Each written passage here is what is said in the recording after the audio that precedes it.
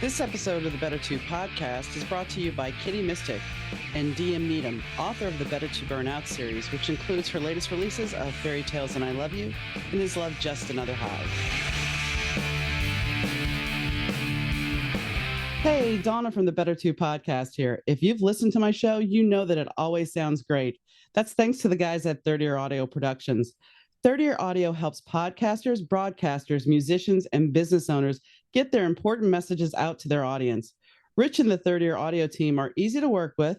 They're efficient and understand that your message is important to you. With quick turnaround and the true caring of your needs, Third Ear Audio is your go-to for any audio message. Reach out to Third Ear Audio at 312-388-5596. Rich and his team will deliver for you. That's 312-388-5596, or you could email them at info@thirdearaudio.com or visit them on the web at www.thirdearaudio.com. Hi, gang. Welcome to the Better To podcast. I'm your host, Donna. Today, I have the pleasure of sitting down with Rob Marby. We talk about his movie, The Legend of El Chupacabra, and we talk about filmmaking and the whole process. So stay tuned. So hi, Rob. How are you doing today?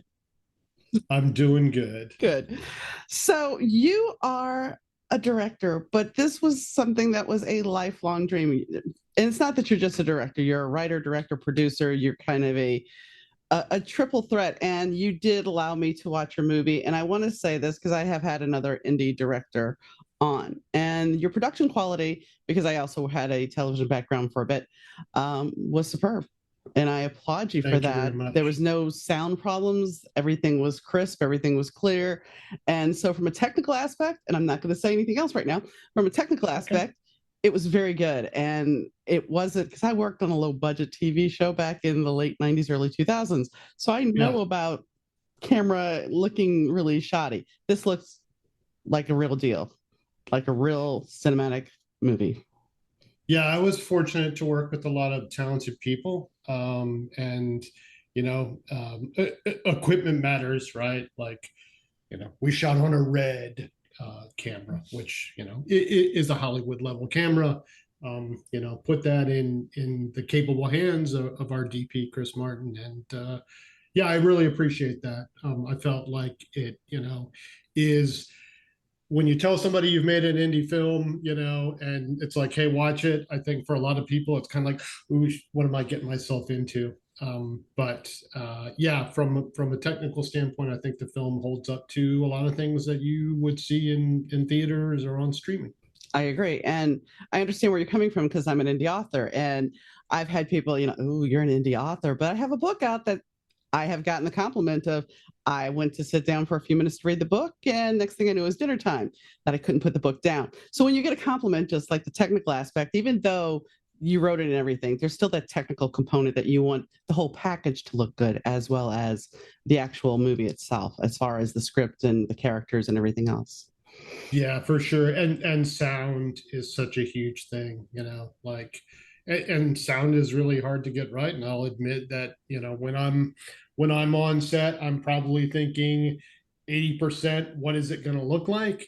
And hopefully 20%, what is that sound going to be like? And so some people had to work some wizardry, to get us to where we needed to be in terms of sound. But, you can watch a terrible video, and if you can hear what's going on, right, you can follow the story and you'll go along with it.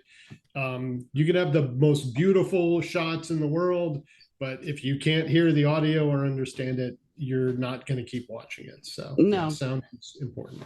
No, because that's the thing. I mean, yes, we can do subtitles, but then if you're reading subtitles, you're missing the visual. Yeah. And subtitles are great. I'm not knocking them, but you want to see the visual too. And sometimes there's a movie, you may recall it. It's a Jennifer Lopez movie, The Cell. The Cell is a beautifully shot movie. Yeah. Beautifully shot movie. The movie's a crap. Yeah. It's a total piece of crap. But visually stunning, yes. Yeah. And I think that's important. So I applaud you for that. So when we talk about this, we have to go back to when you were 8 years old and you finally started going, you got the bug because you're helping your dad work on film projects or home movie projects?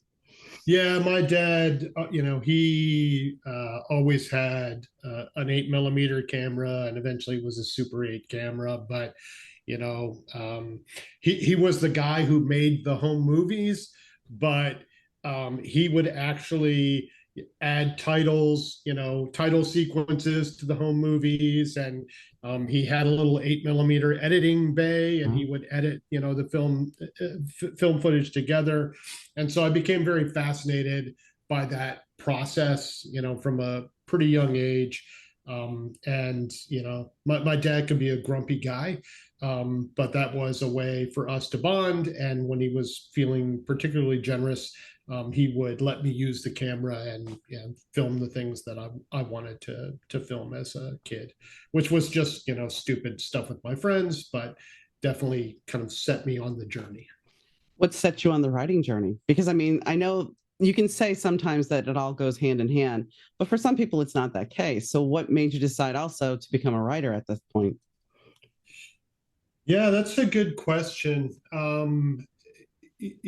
I making people laugh was an important thing to me. And so, most of the writing and the stories that I did, like I would write my own comic books, and but it was always, to get a laugh. And again, I think that probably, stems from my dad. He could be a very funny guy. And, I knew I could get on his good side if I could make him laugh. And so I think that was, part of the motivation for me. And I just like telling stories, and writing is a way to accomplish that. And for me, I think that's a big part of it. Trying to entertain people and make them laugh. I do have a question, and I know it's a kind of an awkward question because you and I are around the same age. Is your dad still around, and has he seen this? No, unfortunately, he Sorry. passed before he was able to see the feature film.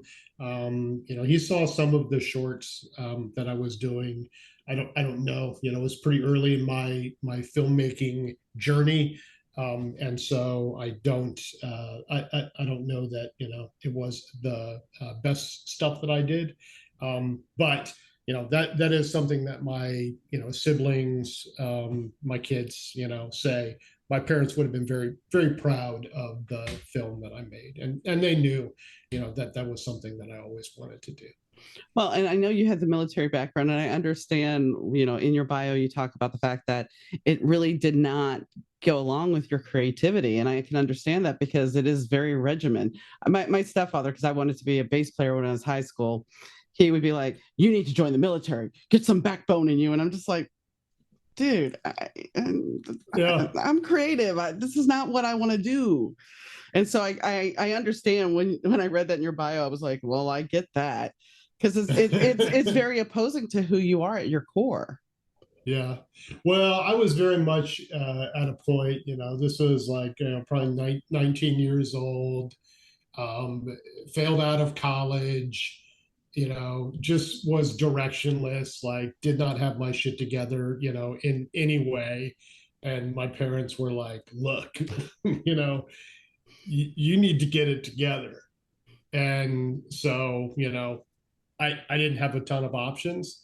And so, they kind of pushed me in that direction. Now they wanted me to go into the Air Force. So I was like, oh, Air Force, I'm going into the Army. And, I took a bunch of the tests, military tests, the ASVAB, and there's something called the D-Lab, which is a defense language aptitude battery. My dad was a linguist, and he really wanted me, to follow in his footsteps, which would have been, smart. The military will train you for a year in Monterey, California, which is not bad.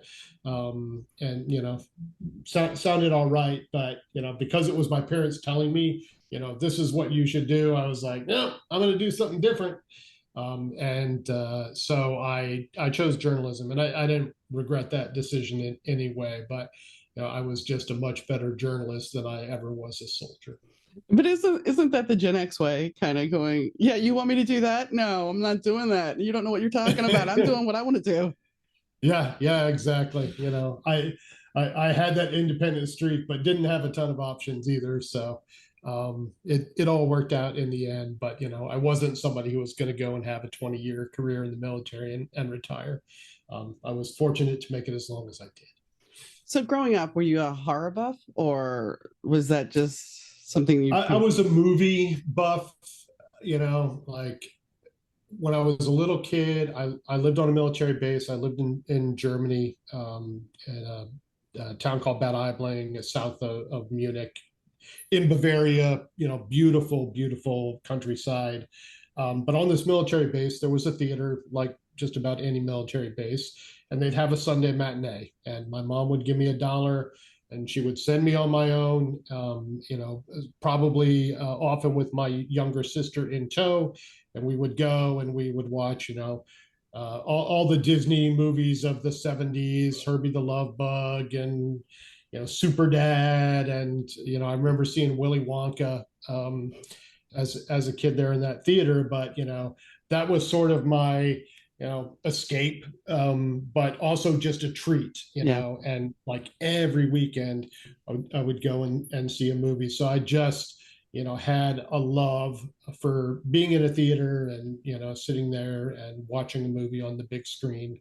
And so I think that had a lot to do with it. And then I grew up in a time when we had Jason and Freddy, and so many great slasher films. And not your thing, I take it. I like it. I like comedy of it. I like when it has comedy to it. My I had roommates. Okay, I never saw Nightmare on Elm Street, and I had moved out from my mom, and I'm living with my two roommates, and I come home from work, and I was working at Chuck E. Cheese. Ooh, so I am. This is when it was cool though. We had the video games, so it was still Yeah. cool.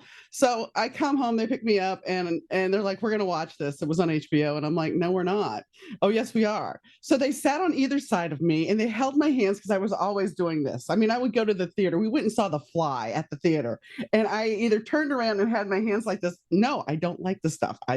Yeah. If it's got comedy, fine. So anyway, because you'll appreciate this. So what they did to me after we watched this, then they went into the kitchen and they taped knives to their fingers, and I had a bedroom door that had slats on it, and they were like running it against the slats, saying, Oh "Freddy's coming to no. get you." Yeah, and chased me around the house with knives on their fingers.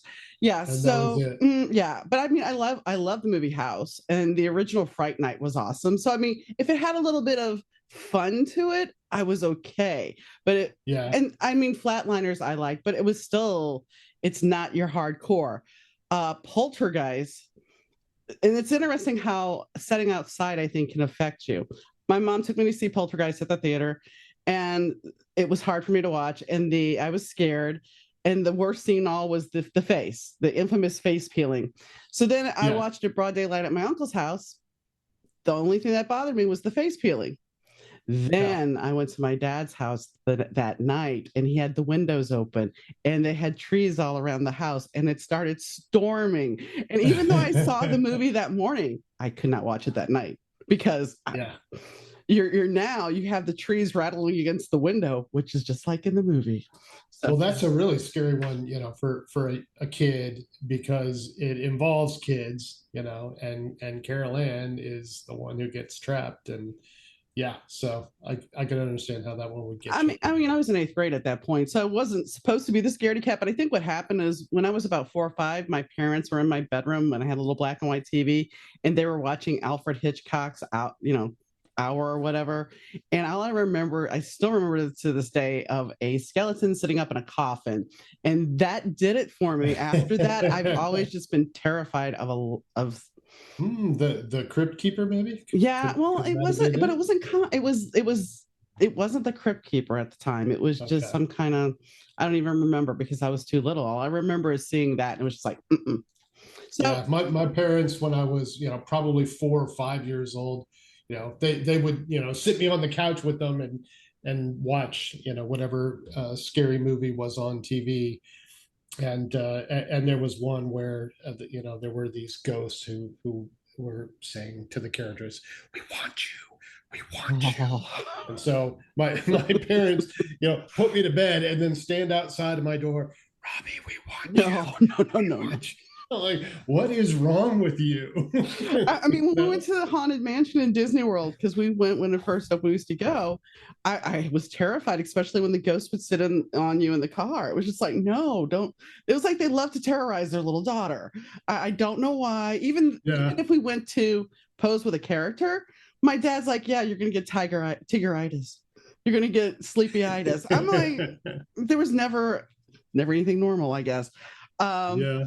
but Yeah, it's funny how, some people completely embrace it and love horror, and other people just don't want to have anything to do with it. one of my friends wanted to go see Blair Witch at a midnight showing when it first opened, and I'm like, no, no, no, no. Finally, I acquiesced and went with her. And I remember sitting there most of the movie like this, and the only thing I remember was the eyes, just seeing the eyes. But I will say this: the psychological aspect, because you never do see anything in that movie. You never, because Yeah. I'm watching it through my hands. But the psychological aspect of it is what gets you. That's Yeah, what yeah. messes with your head. It's was a brilliant film, and also the marketing campaign for that film. They sort of built the whole lore of the witch, and had a website that people were reading the stories about the Blair Witch, and yeah, very very clever how they marketed that film. But let's talk about another movie, The Legend of El Chupacabra. Sure, would love to. Okay, so what made you decide out of everything that let's do the Chupacabra?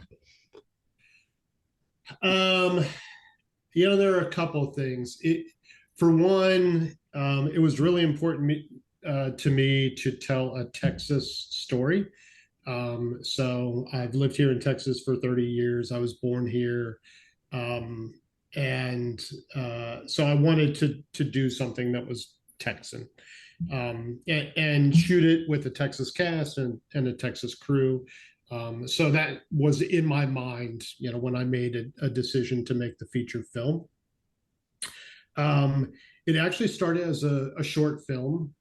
So it was about 15 pages, I think, and it the idea sort of spawned out of some of the cast that I had worked with before.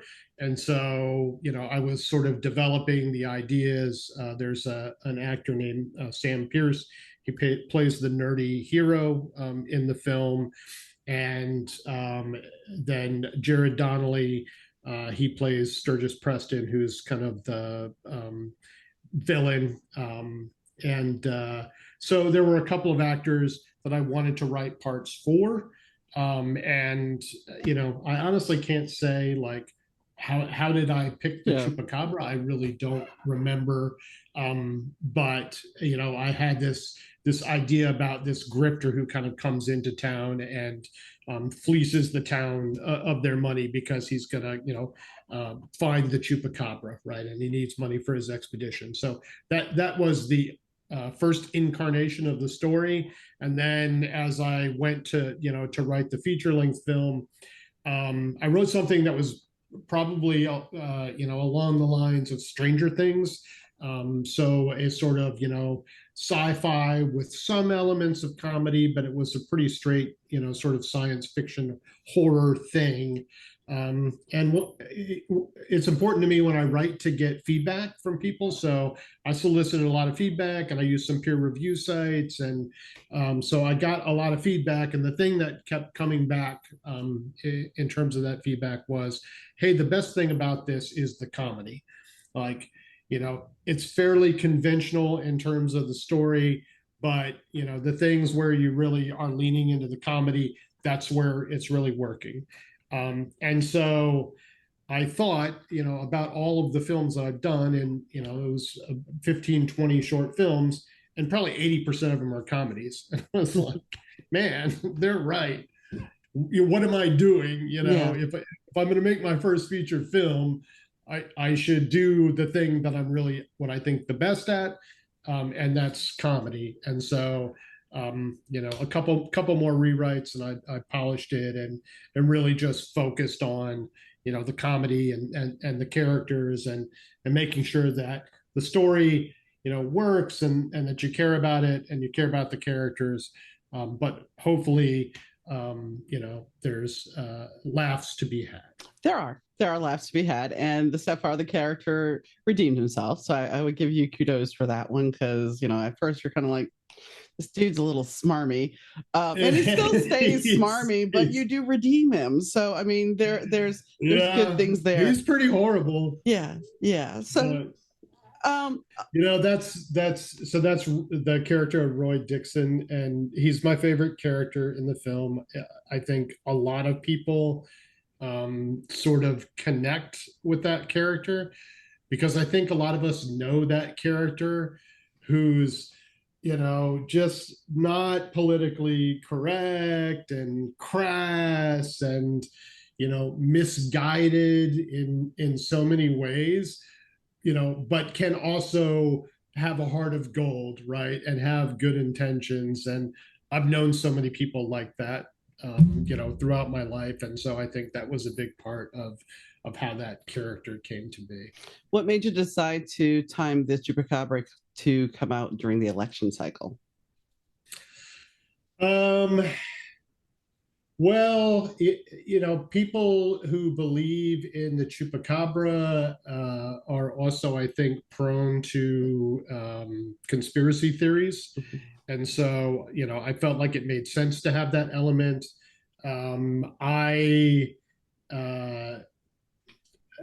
For better or worse, I think I'm a political junkie, and it matters to me, like the direction of our country. And so I wanted to sort of play with that, and I wanted to have sort of a shadow government group of global elites play a part in the story. And so yeah, setting it around the election cycle, and that also helped. These kids have this experience with the Chupacabra as kids, and there needed to be something to keep the main character kind of connected to the Chupacabra.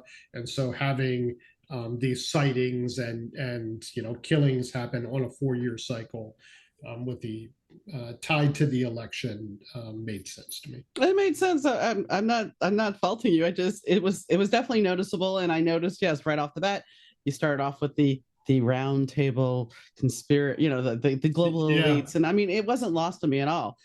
That's good to hear, because sometimes it's hard to tell. Like, you want to drop in enough for people to be able to connect the dots, but you don't want to hammer them over the head with something like that either. So I like to hear that you got that right. But you see, okay, I'm not the average movie watcher, because I will sit there and analyze. I like a movie that's going to make me think. So when you put something in like that, and I have to put pieces together, that makes me happy, because it's like watching The Matrix. Okay, the first time I watched The Matrix, I sat there, not the other one, just the first one. I sat there afterwards going, so is everything here real? I mean, it is, but is it? Is it? Just one of those things. So it's like when a movie makes you think and it's not predictable, especially as a writer, and I'm sure because you've written things, when you watch things, it becomes predictable for you. You can figure things out, and you're like, okay. And my husband, he used to be like, how do you know that? And it's like, because this, and this. He couldn't understand it. But when you train your mind as a writer, you start figuring all the stuff out beforehand, and things lose their spark. Yeah, that's true. It's easy. It's easy to kind of pick it all apart, right, and see all the pieces coming together. And it's hard to try to convince yourself not to overanalyze things, and just enjoy the ride. The gentleman who, and I'm awful with names in real life, so learning characters' names is Not the best for me either. But when I look at the character who was coming to rescue the town, it's like I felt like he was Antonio Banderas and Crocodile Dundee rolled into one. That's Jared Donnelly. He will love to hear that.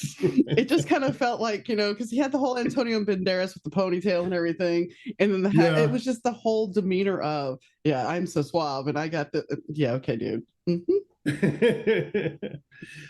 Yeah. Another sort of touch point, like when we were discussing the character, Ben Stiller's character from Dodgeball Mm-hmm. was another, just I wouldn't say inspiration, but like when we talked about it, it's like, oh, we're going for this vibe, this guy who's, is just a complete narcissist and totally oblivious, to what's going on. And he Yeah. was. He was. So for you, okay, this was a labor of love, and you've had many incarnations of what you were creating. And finally, when you get to the moment where you're shooting it, you're putting it all together, you have to come up with the financial backing. And you said, in your bio, it's about crowdfunding and family and friends and your own money. And how did you actually get all this together? Because I mean, I remember working on the TV show, which is crazy. We had a woman whose husband was quite wealthy, and she handed me a checkbook of $200,000 and she said, "Here, we need to film 6 episodes of the TV show."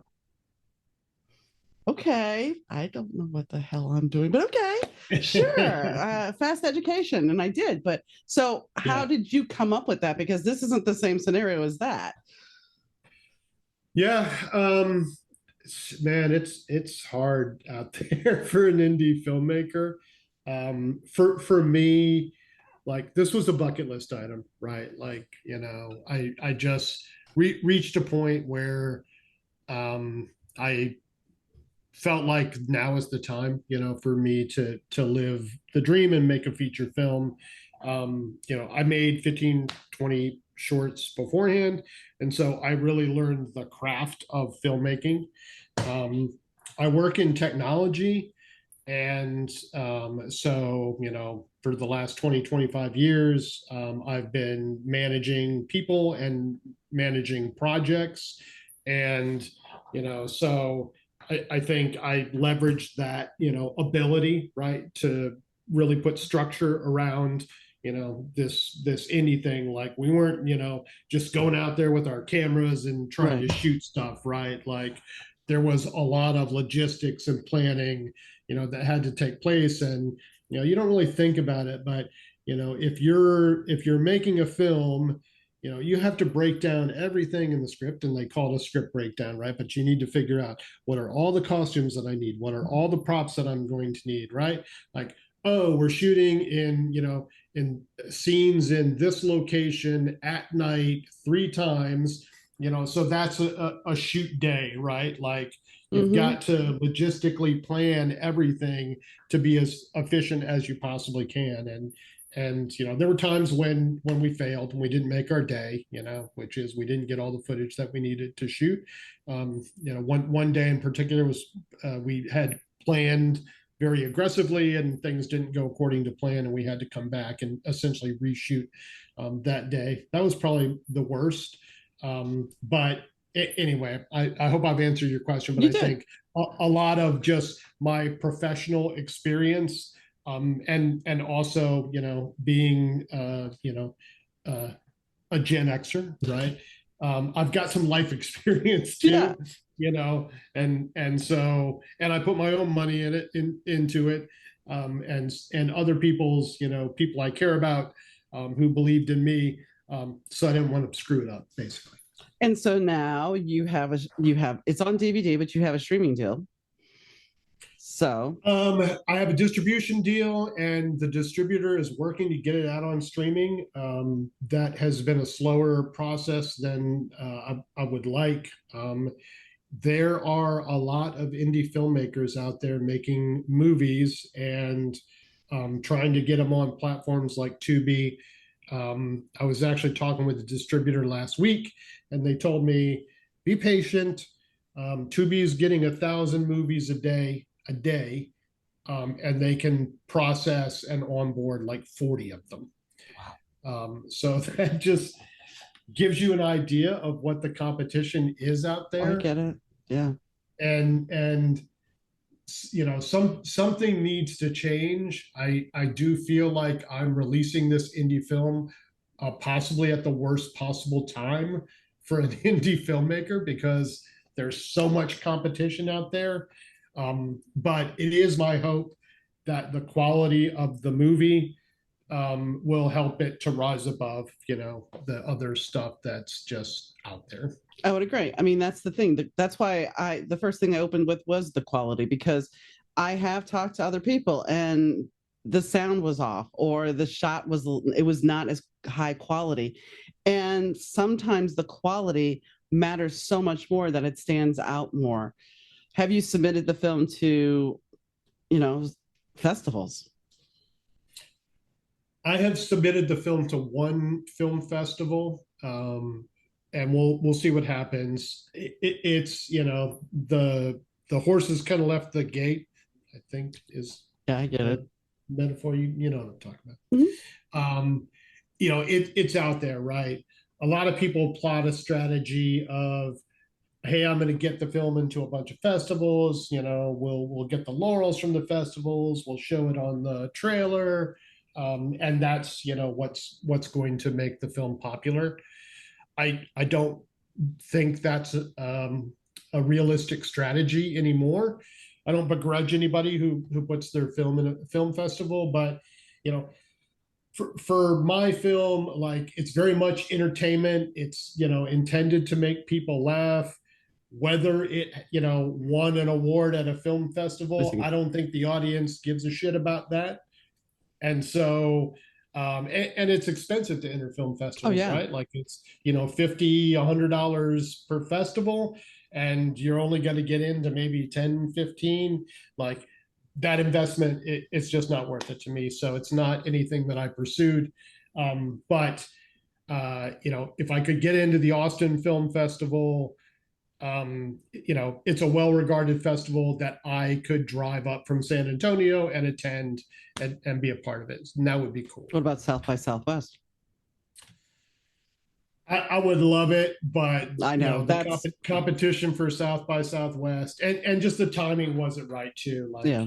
that's another thing. You've got a window, right, to submit your film, and that window didn't work out. Yeah, when I did the TV show, it was back in '98, and we did get the 6 episodes produced, and then we went down to the national television producers and executives thing, and just going there to have representation there. It was 3 of us that went, and our entry fee alone, and this is '98, so it was a lot cheaper. It was close to, I think, $3,000, and that's not counting room, board, hiring the model to walk around. Yeah. It was just, it was a lot of expense. And did we get picked up? No. But that's the thing. It's like people don't understand. And that was way before we had the expanse of streaming and everything else. So it's like, I understand the competition level, because that's why you have people on Spotify and on KDP getting peanuts or pennies, less than a penny, for page reads or plays. And it's the same thing that's eventually going to unfortunately most likely happen in the movie industry as well. Well, it's already there. Like Amazon pays, something around a penny an hour viewed Wow. for a film, right? Like no indie filmmaker expects to make anything off of Amazon. Tubi is the place because it's advertising video on demand, and that they pay a decent ad revenue for your film. That's where indie filmmakers are tending to make their money right now. But now Tubi is getting overwhelmed with this, indie content. They can't even curate it, right? And so, they probably will become another Netflix where they start to produce their own content and only their own content, and indie filmmakers will be, looking somewhere else to try to make a buck. So, yeah, I don't want to be, negative or discouraging, to filmmakers. I feel like I made my movie, regardless of whether I was going to make a dime or not. I had that bucket list item, and I wanted to make, the best movie that I possibly could. And so I invested in myself to do that. But as I look at my next, film, I'm thinking, I can't just keep going in the hole, Right. every time I make a movie. Like, how am I going to make back my money on the movie? And it has made me change my thinking. Like, I have a sequel in mind for Chupacabra. It's not a direct sequel. Like, the idea is a story set in the same town of Bluffkin, largely the same cast, and a comedy about alien invasion. Okay. So, a little different. I'm doing, like, Stephen King has Derry, right? Mm. And he sets a lot of his stories in Derry. So Bluffkin is my Derry. And I want to do this alien invasion story, but that takes a pretty big budget, right? To do something like that. So I'm thinking, for my next project, it'll be something on a smaller scale. I've got a sort of horror mockumentary idea that I'm excited about. But anyway, you can't just keep going and making big budget films. You've really got to think about how you're going to get your money back. Well, and I was going to say, unless for aliens, unless you're going to do the Ed Wood style, it is going to be expensive. Although that being said, computer animation nowadays is great. And I kind of, there was something that popped in my head a little while ago when you were talking, and the whole fact of AI and deep fakes, because you were talking about the political realm and you're a political junkie.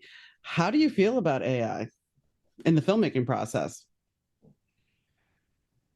That's a great question. Um, Used properly, it's a great tool. And I didn't use AI on Chupacabra, but for some things related to filmmaking, I definitely make use of AI. I don't think that it will replace, filmmakers. Yes, there probably will be, AI generated films someday, but I think people sort of yearn for human stories and they want it to be authentic. And so I think AI will have a place in filmmaking, and every filmmaker should start to understand how they can leverage that technology. I can see, from a visual effects standpoint, that there are things that I can do today that even a year ago I would not be able to do, Oh yeah. right? So learn to use the tool, but I wouldn't be overly concerned that it's going to completely replace, filmmakers. I just don't think that will Well, I happen. mean, when you look at older films, I mean, there's certain films that hold up still, and then there's certain films that the special effects just do not hold up. And we'll go for old school. Clash of the Titans, the original Clash of the Titans back in the Yeah. day, and Jason and the Argonauts. Those weren't meant to hold up to the standards of today because they were shot completely different. But then there's a scene, in one of the first trilogy of Star Wars movies. I can't remember which one, but Anakin is riding around on this creature and he's being thrown around, and the CGI is so bad. It's also like the Mummy Returns with the Rock being the Scorpion King. It's so badly done, or Blade, where they just don't hold up. Yeah. And I think we've gotten better than that, but still some of the effects, it's like the Jason and the Argonaut stuff, and those hold up better in Clash of the Titans than the CGI at times. Yeah. Well, I don't want to go on a rant. Okay. And I love Marvel movies and Mm-hmm. superhero movies, but I think it's gotten to a point where, when 90% of what you're looking at on screen is a visual effect, Mm-hmm. it just becomes this sort of muddy, colorful mess, and takes me out of the story, and that's not true of of everything that Marvel is doing, but I just think that they have become so reliant on everything being a visual effect, that they've lost a lot of the charm of the films. So yeah, a bit too much. Well, and that's the thing. You need that. You need to be able to tell a story, and it doesn't have to be you. Going back to, you need the human element. You don't necessarily need all the big guns and all the big blazes, because we want to hear that. We want that human connection.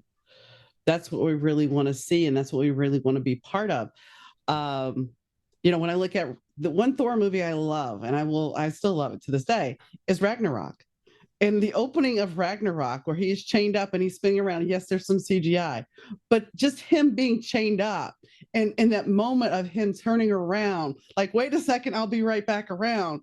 There's a humanity in there, there's comedy in there, but there was a Yeah. realness. And that's the thing. It's like, you could have taken everything out and just had him going around, and we got it because that was real. Yep. So, out of any kind of, what was your favorite horror movie ever? What's your favorite? Oh wow. Um, of all time, I would probably say The Exorcist. Okay. Um, yeah, my parents again allowed me to see that at a very young age, and it absolutely terrorized me. And so it was a long time before I went back to watch it again. Um, but yeah, just very creepy, unsettling. Um, I think if you asked me this question tomorrow, like I It'll be would have a different. different Yeah. answer. Yeah. But that right now, and I, you were saying you're not a horror fan. I really, really liked X, which is Ty West with Mia Goth. Um, and then the sequel to that was Pearl. And then there's a third film in the trilogy called Maxine. Um, I just thought they're horror films, but they're also great stories, incredibly well acted. And so, for recent films, those are some that I would recommend. And see, I like Zombieland. I like Shaun of the Dead. So see, what your movie was fine for me to watch, because I Yeah, like that aspect. I like, oh, it's funny. But Shaun of the Dead is probably my favorite horror comedy. okay. Yeah, yeah, I mean, Edgar Wright is a brilliant filmmaker, and that was, one of his early films, and it's just hilariously funny Mm-hmm. and has a great story, and yeah, And a it's brilliant just top cast. notch. And a brilliant cast. And I mean, Yeah, everything worked. Zombieland worked for certain aspects, and uh, I think, like Woody Harrelson with the Twinkies, the whole, there was a whole thing that he needed those Twinkies.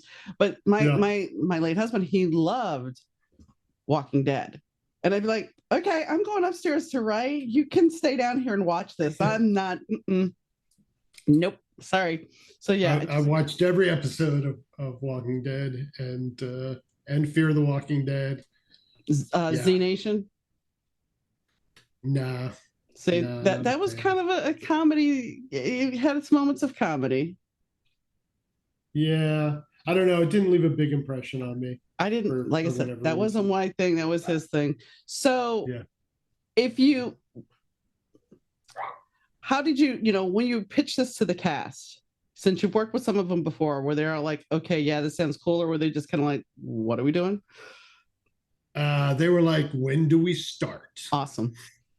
I mean, actors love to be able to practice their craft, and they know what I'm about, and they know what the experience is going to be like when they're on set. Which I won't say try. You got to feed people, right? You've got to make them as comfortable as you possibly can, and people will follow you a long way if they feel like you're taking care of them. So, I think for anybody who'd worked with me before, like they understood what the experience was going to be, and so they were just like, "Yeah, I'm all in. Let's go."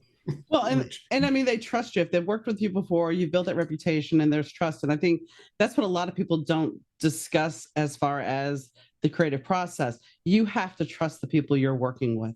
You have to have a certain level of comfort, because if you don't, there's an inauthentic feel to it. yeah, yeah, for sure. And that was, I think part of the reason that the movie works is because I'd worked with so many of those people. Like, I wrote to their strengths. I understood, how to get the best, out of them in terms of their performance, and really give them, something that they were going to be excited about. So that was a big advantage, just in terms of, writing something that I knew was going to work. And the one thing I think that you did well was you gave every character a stake here. They each had a stake in this. Even the one that seemed against it all still had a stake in this eventually. And that brought everybody together in the final outcome. And that's important. That's where you want the hero to win. You want the team to win. And I think you did that. I think you achieved that. And you Well, had thank you. I appreciate that. And yeah, story matters, right? Um, you can't just string a bunch of jokes together and think that the audience is going to be entertained. And I talked a bit about the writing process, but the film probably went through 25 drafts. Polishing various aspects of it, always trying to make it better. To make sure that the story is cohesive. That it sort of follows that hero's journey.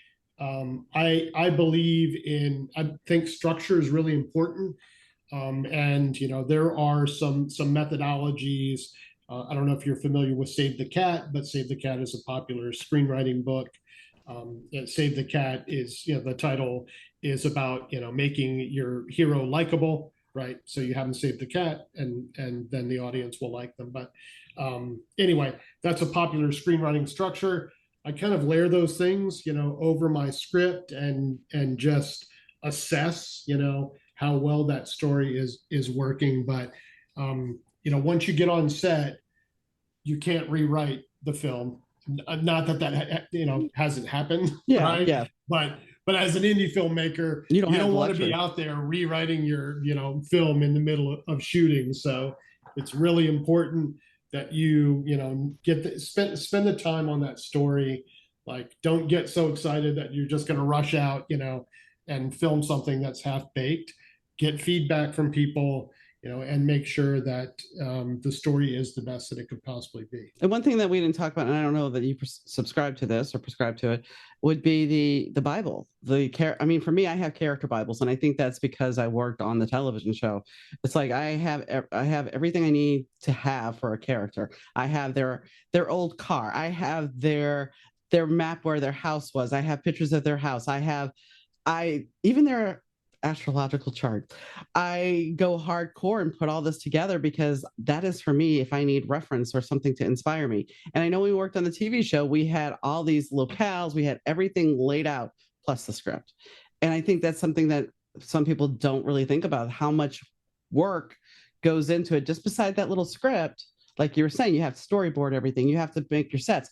You have to pull permits, because nobody really talks about pulling permits. You have to get all the equipment, like if for the diner scene, if you already have a diner set up, awesome. But like we had to set stages for the kitchen that we were using.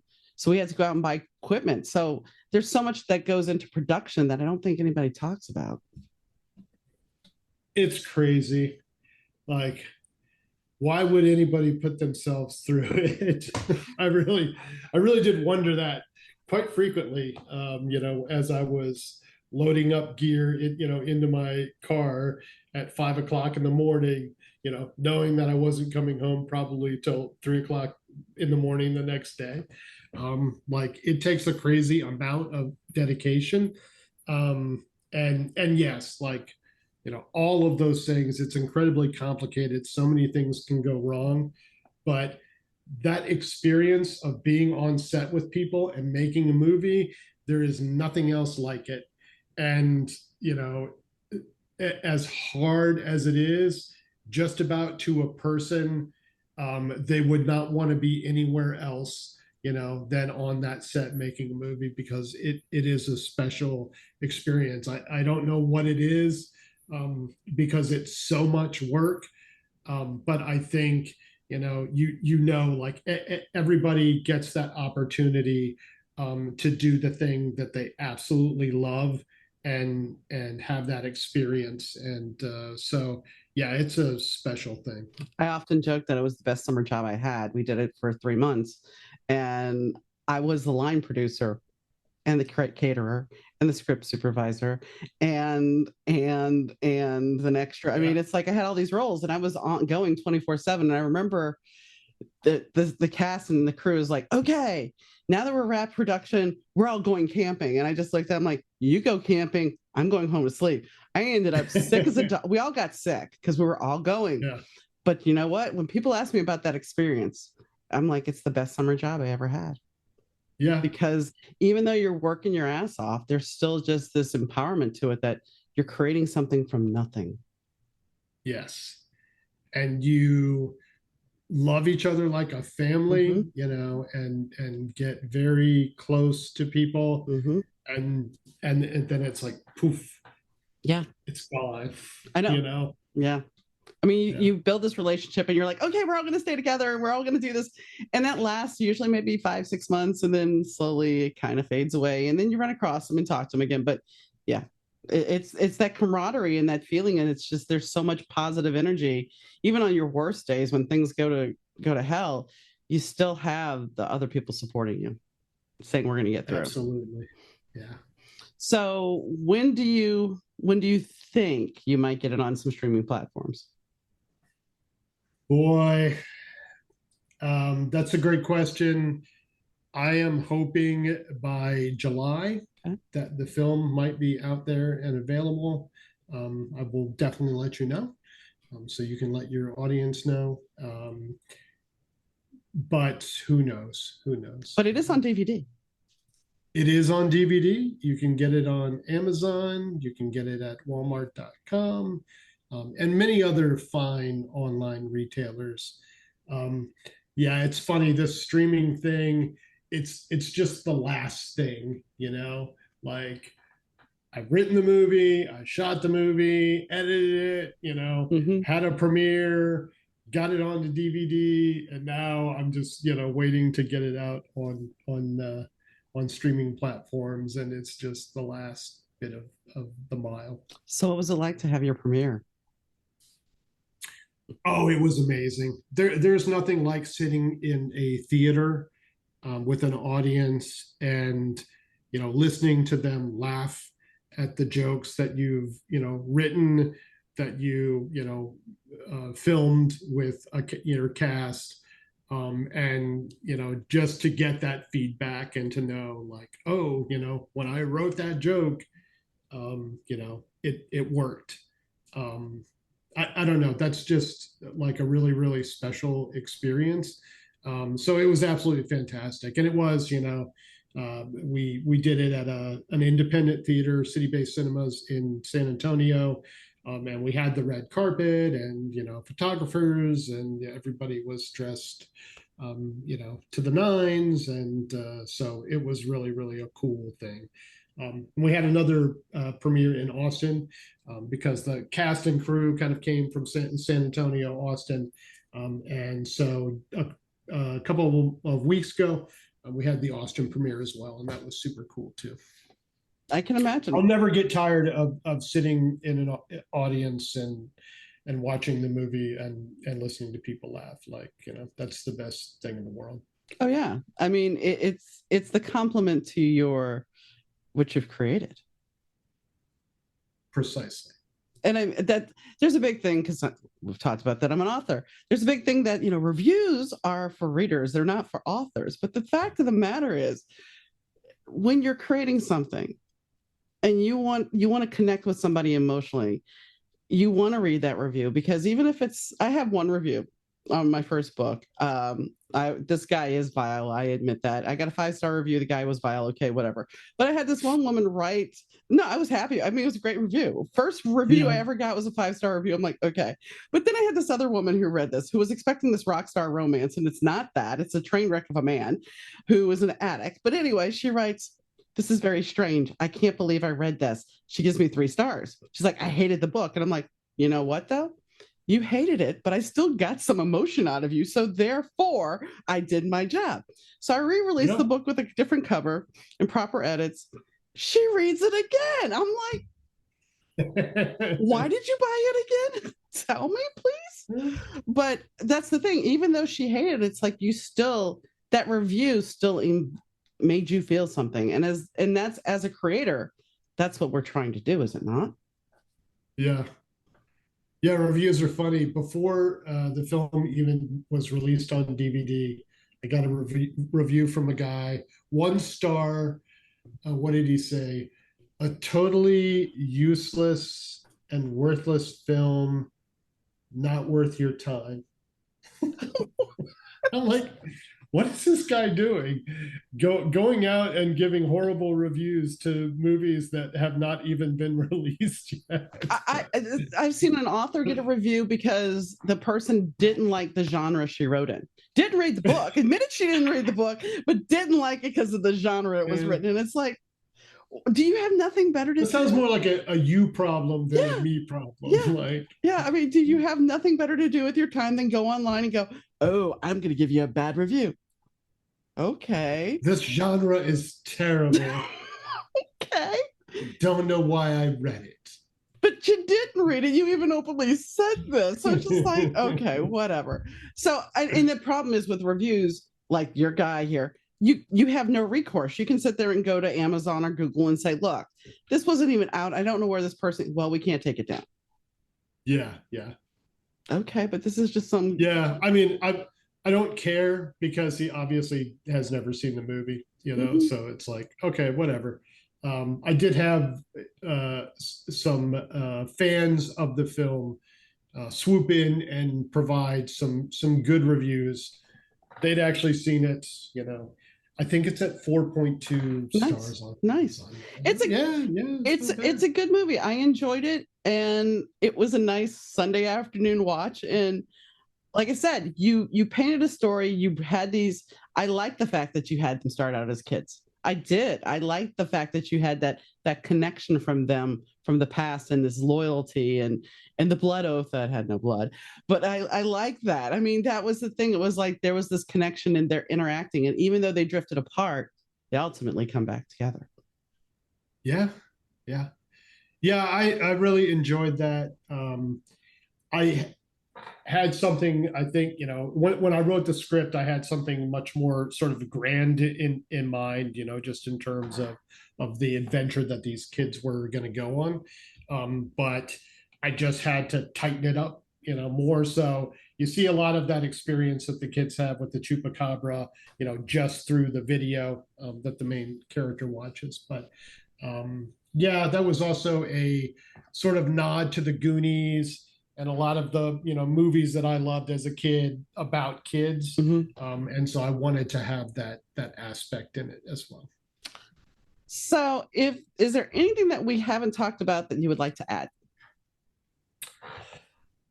Um, well, I really appreciate all of the positive feedback that you have about the film. Mhm. It makes me feel really good. Um, I feel sometimes when I, come on a podcast and talk about myself and my film, like, what an obnoxious blowhard. You're fine. But I do feel like I made a great You movie. did. And if you like this sort of sci-fi horror comedy genre, and you enjoy sort of retro comedy, raunchy comedy, like this is right up your alley. So, seek out The Legend of El Chupacabra. I think that you'll be entertained. I would agree. Thank you for coming on. Yeah, you bet. It's been a good time. I always say this because it's true. I had an interesting conversation with Rob. And the fact is, it made me remember the joy of production when I was doing it. Because there's something magical when you can bring something, and it's not just, I mean, even as a writer, I get to do that. And musicians do it too. Anybody that's in the creative arts, we can sit there and create something from nothing, create something and bring it to life. And it's an amazing gift to be able to do that, to be able to take our words, and in his case, take his words and bring it to film. And when you do that and you can see that production, and like he said, sitting in the audience and getting to hear people's reactions, that makes you feel something. It makes you know that you connected and that they have an appreciation for your talent and what you could do. But it's not coming from ego, because here's the thing. The most important thing about that is he gets to hear their laughter. He gets to know that he brought joy to them, to make them happy, to make them laugh, and to spend the afternoon or evening with them. And that is a gift. It's kind of like when people tune in here. And if if you kind of laugh at a joke, or you end up thinking, what the hell is that about? Or you learn something and you never thought of something that way, then I've done my job as a podcaster, because you've learned something. I've connected with you. And when I connect with my guests and I get to talk to them, that's a gift. It's a creative gift, because literally we create this podcast from nothing. Every time a guest comes on here, including Rob, I'm like, do you have any questions for me? And they're like, well, like Rob said, tell me a little about what we're doing. And all I say to them is, it's like you and I go to a coffee shop. We sit down, we talk, and wherever the conversation goes, it goes. So we create something from nothing. And I think we do that every day in our life without us even realizing it, even if you're not a creative person. Because when you're having a conversation with somebody and that thought pops in your head and off you go, well, you weren't planning on talking about that, were you? Not in all cases. But sometimes those are the best conversations we can have. And for the creatives out there, embrace the creativity, embrace where you're wanting to go. As he said, this was a bucket list item. And are you living your life with purpose? Which is kind of off topic, but it's not, because I had a conversation recently with somebody and we talked about life purpose. And she recommended a book. But the interesting thing during this conversation, I thought back to something that my late husband had talked about. And that was at the factory, or the printing company where he worked with his father and his brothers and his brother-in-law, that when somebody would retire from the company, they usually would be gone within 6 months. His dad lasted, I believe, 10 years, because his dad had a purpose. His dad had his wife. His dad had a life that he still wanted to explore. And the problem is, sometimes when we don't have that purpose anymore, we get lost. So create that bucket list, because even that bucket list gives us a purpose. It gives us something to get up to when we have nothing sometimes. If we know that we have a purpose in this life, it makes our life more important to us, because it allows us to chase our dreams, to chase our hopes, and to try and live the best life we can. And I know that was really off from where we were talking about that movie. But when we chase our dreams, we're checking off that bucket list. So on that note, I'd like to thank Rob for coming on the show. I'd like to thank Rich Zai from Third Ear Audio Productions for doing the sound. And I'd like to thank Fast Susie for the intro and the outro music.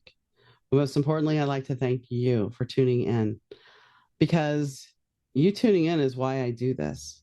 And it's not that I have tons of followers. I don't. But the people that listen, I do appreciate you. So whenever you're listening whenever you're listening noon, morning, evening, the weekend, whenever you're listening, thank you for tuning in. And wherever you are, I hope you have a great day. And I'll catch you next time. Bye, guys.